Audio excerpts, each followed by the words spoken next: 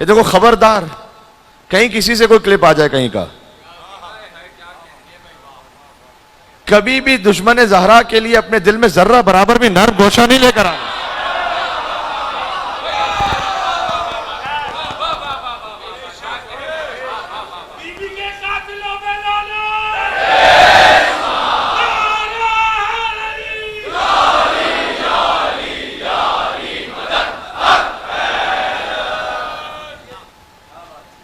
روح کانپ جاتی انسان کی.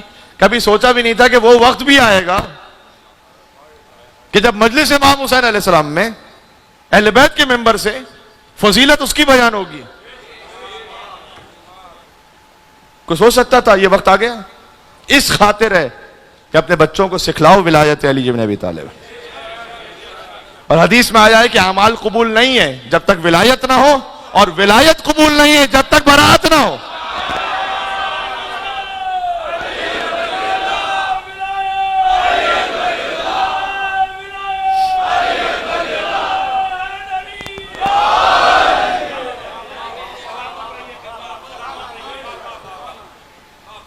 اب اس پہ کیا تبصرہ کیا جائے کہ ان کے کچھ کام تو اچھے بھی تھے،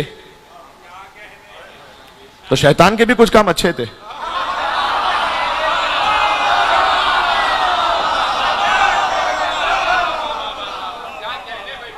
چھ 6000 سال تک تو وہ بھی عبادت کر رہا تھا نا 6000 سال تک عبادت. تو اب سامنے سے کوئی پلٹ کر یہ کہے کہ میاں 6000 سال تک اس نے عبادت کی ہے، آپ ایک ہی سجدے کے پیچھے پڑے ہوئے ہیں.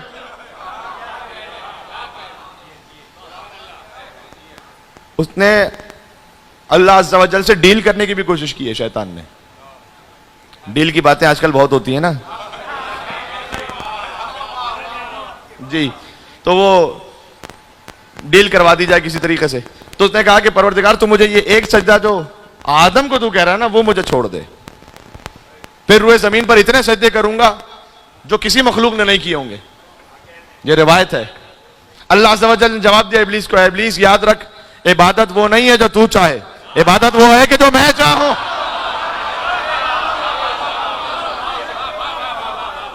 مجھے یہ سارے سجدے نہیں چاہیے، مجھے وہ ایک آدم کے سامنے سجدہ چاہیے. یہ جو لوگ کہتے ہیں نا کہ مولانا یہ ولایت کیوں پڑھی جاتی ہے بار بار، ارے جو ولایت کے ذریعے سے توحید تک پہنچتا ہے اس کی توحید کچھ اور ہے جو بغیر ولایت کے پہنچتا ہے. سب مسلمان فرقوں سے ادب احترام کے ساتھ میں 10 بستہ کہہ رہا ہوں، یعنی میں کسی پہ تنقید کرتے ہوئے بات نہیں کر رہا جب جو جملہ کہنے لگا ہوں، لیکن میں ایک حقیقت کو، ایک ریئلٹی کو بیان کر رہا ہوں کہ صحیح البخاری کی توحید کہاں اور نہج البلاغہ کی توحید کہاں.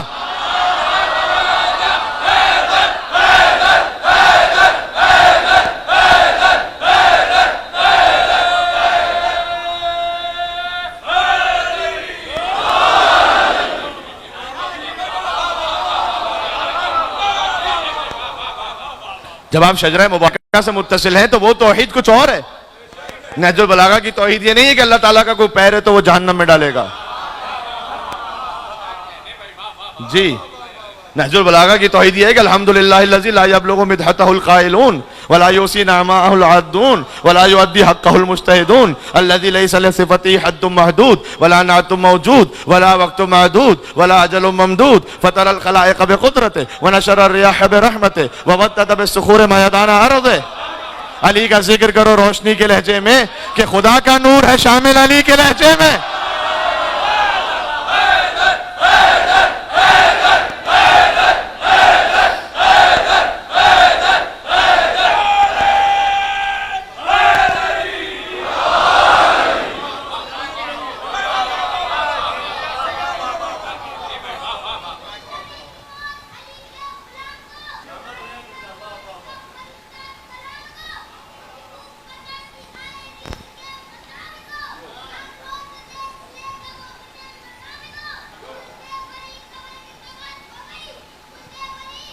بیٹا اوکے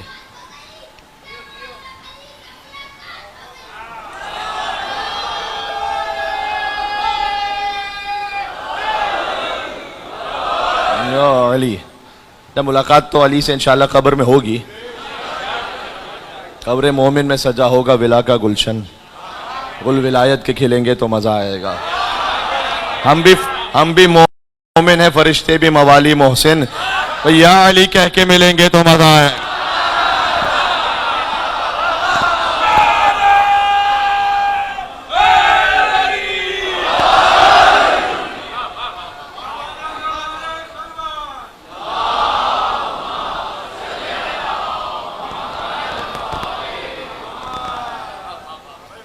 اب جملہ یاد رکھیے گا, اگر آپ خلیفۃ اللہ کے بغیر اللہ تک جا رہے ہیں تو وہ توحید ابلیسی توحید ہے. وہ توحید بھی جو ابلیس مان رہا ہے. ابلیس کو مشکل تھوڑی ہے سجدے کرنے میں, اس کو مشکل ہے آدم علیہ السلام کو ماننے میں. وہ کہہ رہا ہے پروردگار جتنے سجدے کروانا کروا لے, یہ آدم کے سامنے نہیں جھکوں گا. اچھا آپ کو یہ کہے کہ جناب ابلیس کے کچھ کام تو بڑے اچھے تھے, اس کی عبادتیں تو بہت تھی, لہذا برا نہ کہیے. اللہ تعالیٰ نے قرآن کریم میں فرمایا وَإِذْ قُلْنَا الْمَلَائِكَةَ لِلْمَلَائِكَةِ اسْجُدُوا لِآدَمَ, جب ہم نے کہا کہ ملائکہ سے کہ آدم علیہ السلام کو سجدہ کرو, فَسَجَدُوا إِلَّا إِبْلِيسَ, سب نے سجدہ کیا سوائے ابلیس کے. وَكَانَ مِنَ الْكَافِرِينَ, وہ تو تھا ہی پرانا کافر.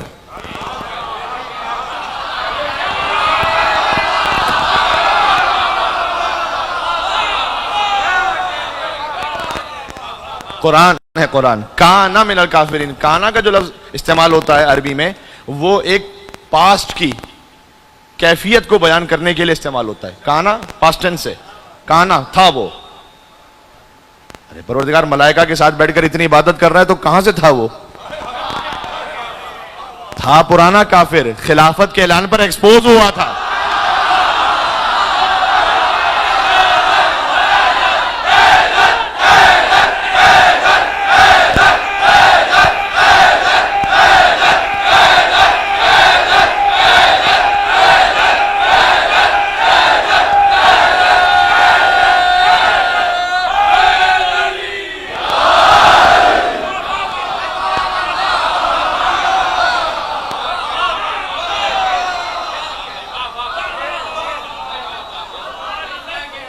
آ گئی بھائی پوری تاریخ اس میں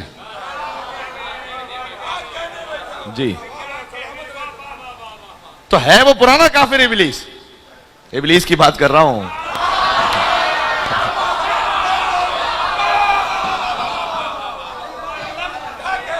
پرانا کافر ہے, لیکن جب آدم علیہ السلام کی خلافت کا اعلان ہے تب کفر ایکسپوز ہو رہا ہے.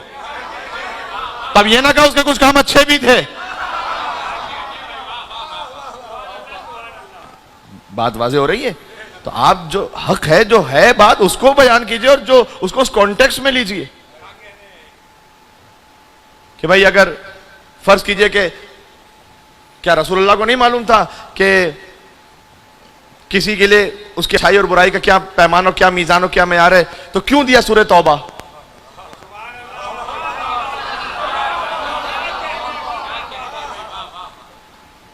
اگر شروع سے علی کو دے دیتے نا تو علی کا اہل ہونا تو ثابت ہوتا, کسی اور کا نا اہل ہونا ثابت نہ ہوتا.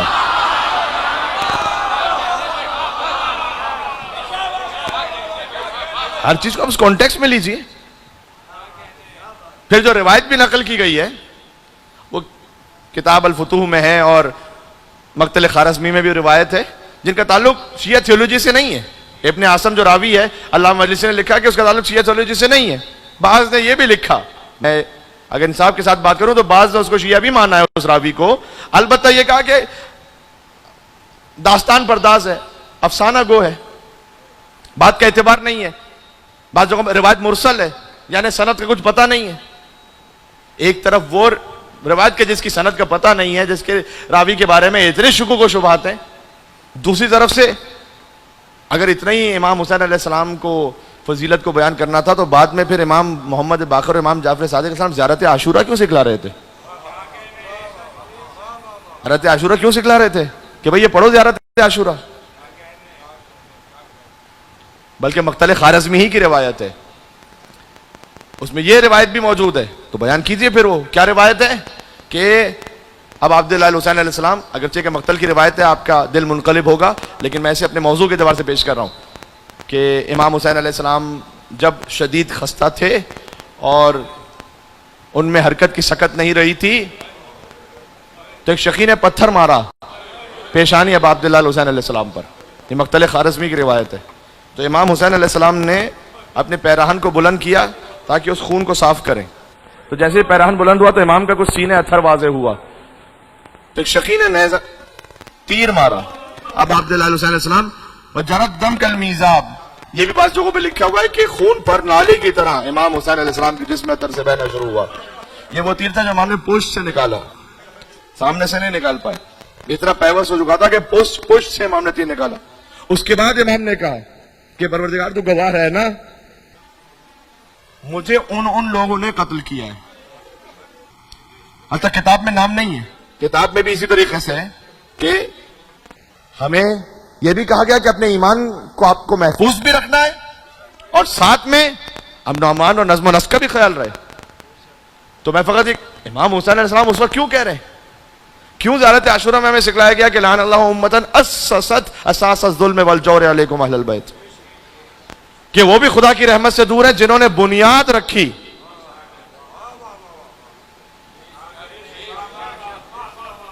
آپ کو اگر کسی اپنے عالم دین کو بچانا ہے تو اس میں امام حسین علیہ السلام کو تو قربان نہ کرو میرے بھائی. بات واضح ہو رہی ہے میں کیا کہنے لگا ہوں؟ مقصد ہے امام حسین علیہ السلام کو تو قربان نہ کرو میرے بھائی. تو بس عزیزان گرامی, میں اس لیے فقط عرض کرنا چاہتا ہوں کہ یہ ماں باپ کی اب ذمہ داری بڑھ گئی ہے. آپ نے یہ بتلانا ہے کہ بیٹا آپ نے کن کو سننا ہے کن کو نہیں سننا ہے, یا آپ نے بہرحال بتلانا ہے اپنے بچوں کو. تو مولانا صاحب کو اس کی علامت تو بتائیں, کوئی پہچان تو بتائیں, سادہ سی پہچان بتاؤں, کیونکہ ہر ایک تو سننے والا کوئی بہت بڑا عالم نہیں ہے کہ وہ سمجھ سکے اور درک کر سکے. سادہ سی پہچان. اگر کسی بھی خطیب کی تقریر آپ کے دل میں تولا کا جوش اور تبرہ کی غیرت نہ پیدا کر سکے,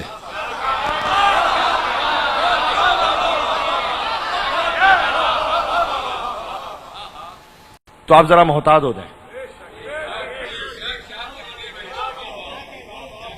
میں یہ نہیں کہہ رہا کہ وہ غلط ہوگا, لیکن آپ محتاط ہو جائیں, احتیاط کریں. سادہ سی, بہت سادہ سی بات کہہ دی نا, سادہ اصول دے دیا. پھر اس کے بعد ایک بات, اگر کہیں کوئی عزاداری اب عبداللہ حسین علیہ السلام کے لیے آپ کے دماغ میں ڈاؤٹ کریٹ کرنے کی کوشش کرے, احتیاط کریں, محتاط ہو جائیں.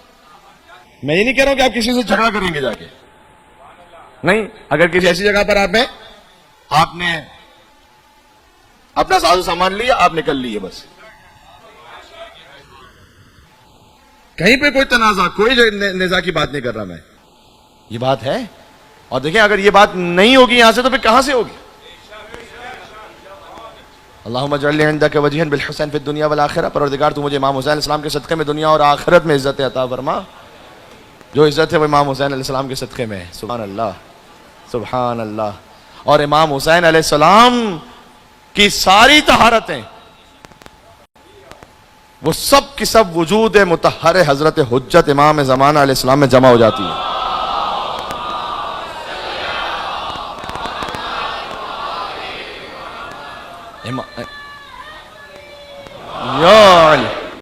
امام زمانہ علیہ السلام ہے حسین زمان, اپنے زمانے کے حسین ہیں, اپنے زمانے کے علی ہیں.